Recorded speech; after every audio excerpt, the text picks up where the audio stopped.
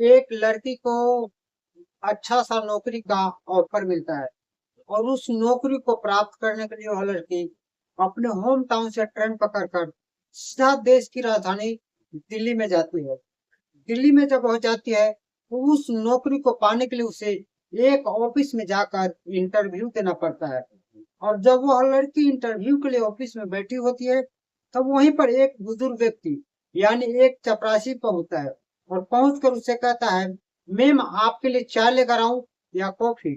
तभी वो लड़की कहती है, चाय ले आइए पर थोड़ी सी अच्छी लाना, कड़क लाना, क्योंकि मुझे इंटरव्यू देना है।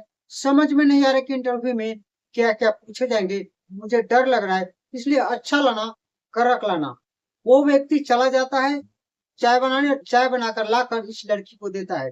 यह लड़की उसी ऑफिस में चेयर पर बैठकर चाय पी रही होती है और अपनी बारी का इंतजार कर रही होती है। एक तरफ उसकी चाय खत्म होता है और दूसरी तरफ उस लड़की की आंखें बंद हो जाती है। जब उस लड़की की आंखें बंद होती है तब तकरीबन 12 से 15 घंटे बाद उसकी आंखें खुलती है। तब पता चलता है कि वह लड़की जिस ऑफिस में इंटरव्यू के लिए आई थी उस ऑफिस में नहीं बल्कि अभी किसी बेड के ऊपर है। और जिस बेड के ऊपर है वो उसी बेड पर एक बुजुर्ग व्यक्ति है जो उसके साथ खेलने की कोशिश कर रहा है, यानी संबंध बना रहा है। लेकिन उस लड़की के पास इतनी ताकत नहीं थी, इतनी शरीर में एनर्जी नहीं थी कि इससे लड़ सके, इस बात के लिए उसे विरोध कर सके, क्योंकि उस लड़की को चाय के अंदर नशा दिया गया था। उसके बाद वो जो बुजुर्ग व्यक्ति है वो चला जाता है, एक और व्यक्ति आता है, वह भी संबंध बनाता है, चला जाता है। फिर कोई तीसरा व्यक्ति आता है, संबंध बनाता है, चला जाता है। चौथा व्यक्ति आता है, संबंध बनाता है, चला जाता है। यानी आने और जाने का जो सिलसिला है लगातार जारी रहता है। लेकिन वह लड़की बुजुर्ग व्यक्ति से जब गिनती करना शुरू कर दी तो 15 लोगों तक तो उन्होंने गिनती की। उसके बाद वह गिनती करना भी भूल जाती है, क्योंकि फिर से वो लड़की बेहोश हो जाती है। उसके बाद तकरीबन 25 से 30 घंटे बाद जब लड़की की फिर से होश आती है तब लड़की खाना मांगती है, कहती है खाना दे दो। उसे खाना भी नहीं दिया जाता है। तब कहती है कम से कम पानी दे दो, मेरा गला सूख रहा, मुझे बहुत तेज प्यास लगा हुआ है। न किसी ने खाना दिया और न ही पानी दिया। उसके बाद लड़की कहती है यदि ना खाना दे रहे ना पानी दे रहे तो कम से कम हमारी तन को ढकने के लिए एक वस्त्र दे दो, क्योंकि लड़की उस समय भी नग्न अवस्था में थी। न उसे खाना दिया जा रहा है, न पानी दिया जा रहा और न ही वस्त्र दिया जा रहा है। दिया जा रहा तो सिर्फ और सिर्फ पिटाई। उसके बाद लड़की जब इस बात के लिए विरोध करती है तो लड़की को मारा जाता है, पीटा जाता है, दबा कर रखा जाता है, कई मर्दों के साथ संबंध बनाने के लिए मजबूर किया जाता है। लेकिन जब लड़की इस बात के लिए विरोध करती है तो उसे इंजेक्शन दिया जाता है ताकि वह यहाँ से भागने की कोशिश न करे, सिर्फ और सिर्फ उत्तेजित हो। तो उस इंजेक्शन की वजह से कई मर्दों के साथ संबंध बनाने के लिए, क्योंकि उस कोठे पर वही एक ऐसी लड़की थी जिनको कहीं भी जाने की बिल्कुल इजाजत नहीं थी। एनी टाइम किसी न किसी को नजर इसके ऊपर रहा करता था, क्योंकि यह लड़की भाग न पाए, यहाँ से निकलने की कोशिश न करे। क्योंकि यह लड़की वहां से निकलने के लिए तमाम कोशिश करती है लेकिन वहां से निकल नहीं पाती है, क्योंकि किसी न किसी का नजर इसके ऊपर एनी टाइम रहा करता था। लेकिन यही बात जब सोशल मीडिया के माध्यम से लोगों तक फैलता है तो सिर्फ एक शहर ही नहीं बल्कि पूरे देश और विदेश भी सोचकर समझने पर मजबूर हो जाता है। आखिर क्या हुआ, कैसे हुआ, इस घटना को, सच्चाई को जानने के लिए बने रहिए आप हमारे इस वीडियो को अंत तक। तो मैं हूँ लाल साबरा और आप देख रहे हैं ट्रू क्राइम स्टोरी। दोस्तों आज का जो सच्ची घटना मैं सुनाने जा रहा हूँ ये घटना है देश की राजधानी दिल्ली की। दिल्ली का एक एरिया लगता है जीबी रोड और जीबी रोड का एक थाना लगता है कमला मार्केट। और कमला मार्केट थाने के निकट से कोरल बाग से एक व्यक्ति लड़की के भाई के मोबाइल पर कॉल करता है और कॉल करके उससे कहता है क्या तुम रानी के भाई बोल रहे हो।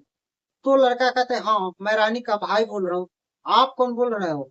तब वो कहता है मैं कौन बोल रहा हूँ ये मैं नहीं बता सकता, पर इतना जरूर बता सकता हूँ कि तुम्हारी जो बहन रानी है, रानी ने मैसेज दी है आप तक बताने के लिए। रानी जो है दिल्ली के जीबी रोड कोठे पर फंसी हुई है।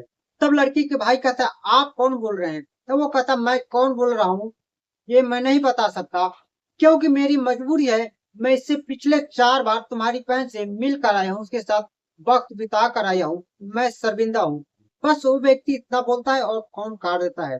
वो व्यक्ति फोन करता है और लड़की का जो भाई है अपने माता पिता के पास जाता है और जाकर अपने माता पिता से कहता है, हमारी जो बहन रानी है वो दिल्ली में जीबी रोड कोठे पर फंसी हुई है। किसी अज्ञात व्यक्ति के द्वारा मेरे पास कॉल आया था। मैं अपने बहन को बचाने के लिए दिल्ली जाऊंगा। आप मुझे अनुमति दीजिए, इजाजत दीजिए।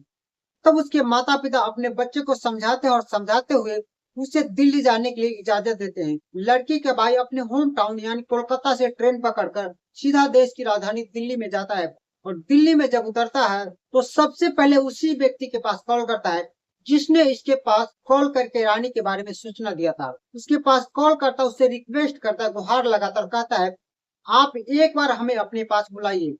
और वो व्यक्ति अपना एड्रेस देता है अपने आवाज का।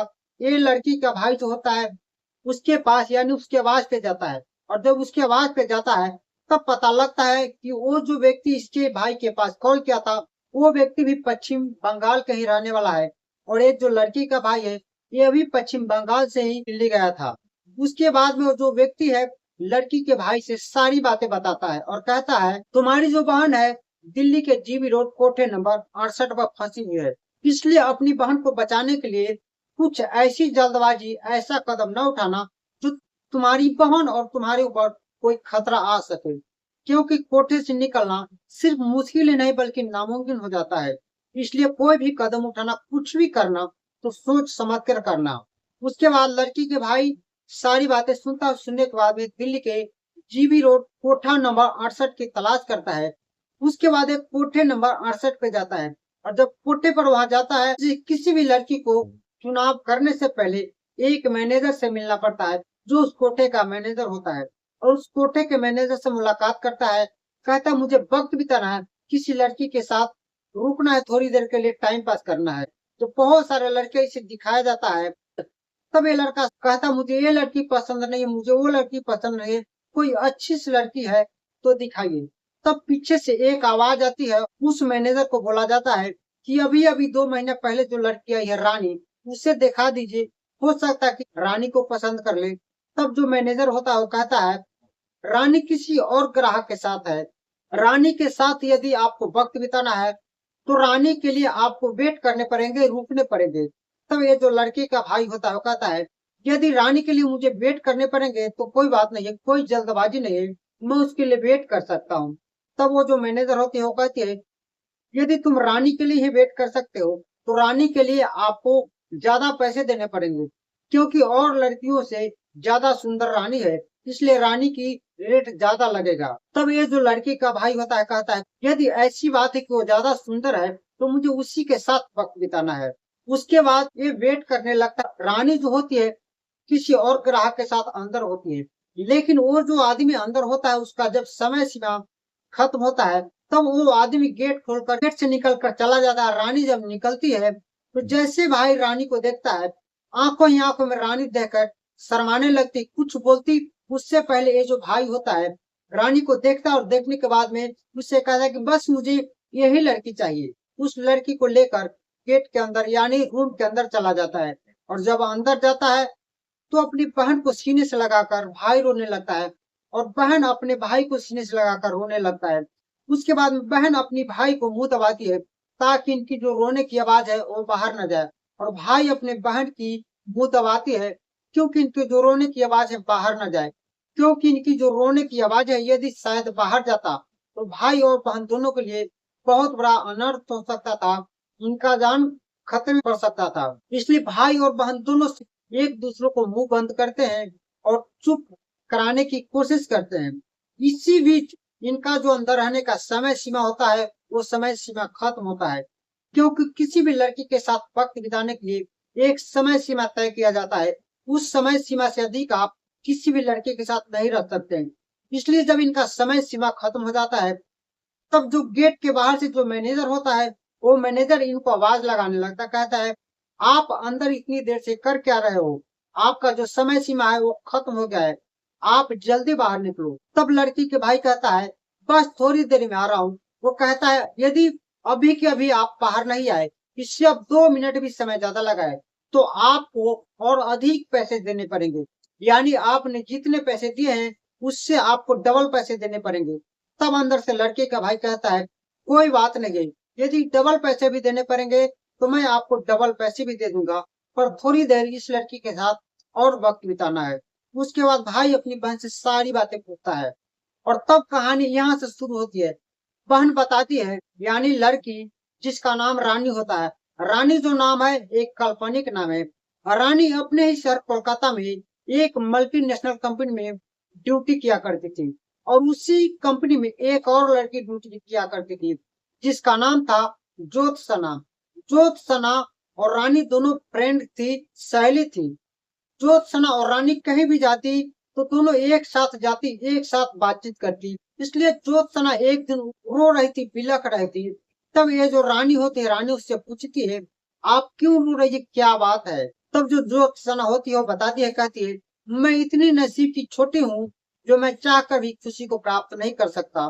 तब रानी कहती है कि आखिर ऐसा क्या है जो तुम खुशी को प्राप्त नहीं कर सकती, मुझसे शेयर कर सकती हो, बता सकती है?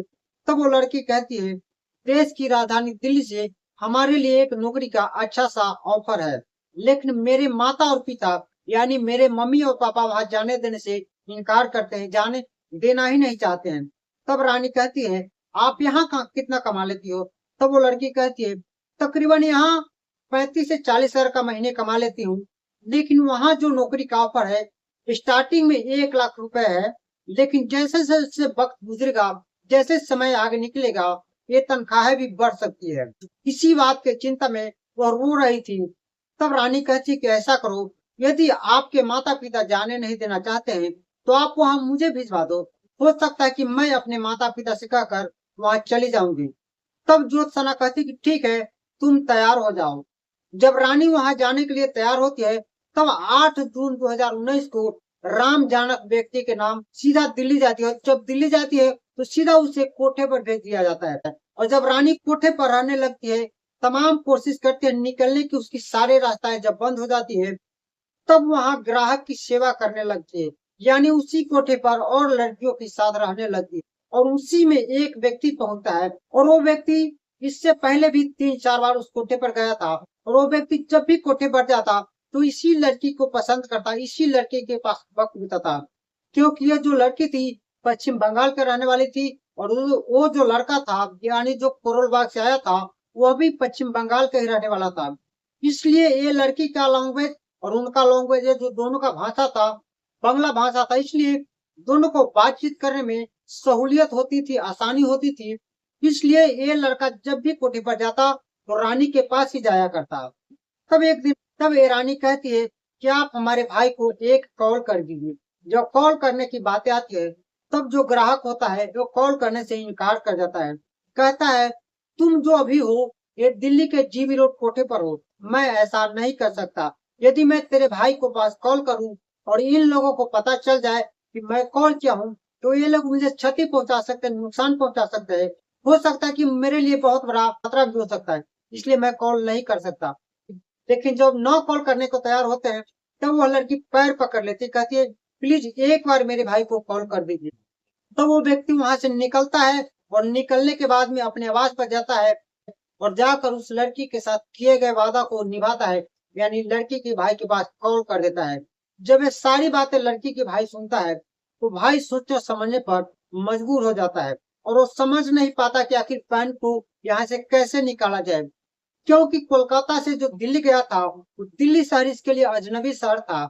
उस अजनबी शहर में इसको कहीं से भी न हेल्प मिलने वाला था और न ही कहीं से सहायता मिलने वाला था। उसके बाद ये जो लड़की का भाई होता है कमला मार्केट थाने में जाता है, लेकिन जब कमला मार्केट थाने में जाता है तो थाने से लौट जाता है और लौट कर फिर से दूसरे दिन यानी अगले दिन फिर से ग्राहक बनकर उसी कोठे नंबर 68 पर जाता है, फिर से अपनी बहन को ही पसंद करता है, उसके साथ फिर से अंदर चला जाता है और अंदर जाकर कहता है, बहन मैं क्या कर सकता हूँ, मुझे समझ में नहीं आ रहा है। मैं यदि तुम्हें बचाने के लिए पुलिस वालों के पास जाऊं और पुलिस वाले इन लोगों से मिले हुए होंगे तो हमारी और तुम्हारी जान खतरे में पड़ सकती है, इसलिए मुझे समझ में नहीं आ रहा कि आखिर मैं करूँ तो क्या करूँ, कैसे तुम्हें यहाँ से निकाला जाए। तब बहन अपने भाई को एक आइडिया देती है और कहती है, भैया आप महिला आयोग स्वाति मालीवाल के पास जाइए, क्योंकि ये जो बहन थी 2 महीना पहले से वहां थी, किसी न किसी के मुंह से इसे पता चल चुका था कि स्वाति मालीवाल महिला आयोग किसी न किसी की हिफाजत करने के लिए कोठे पर अक्सर आया करती थी, बचाने के लिए आया करती थी। ये किसी न किसी के मुंह से रानी सुन ली थी, और जब सुन ली थी तो यही बात अपने भाई को हटा देती है। और ठीक वैसा ही होता है, उसका भाई महिला आयोग स्वाति मालीवाल के पास ऑफिस में जाती है। जब वहां जाती है तो TCWN दिल्ली कमिश्नर वोमेन किरण नेगी के साथ मुलाकात होता है। और किरण नेगी के साथ जब मुलाकात होता है तो उनसे सारी बातें बताती है। कहते हैं कि सर, मैं पश्चिम बंगाल के कोलकाता शहर से यहाँ आया हूँ।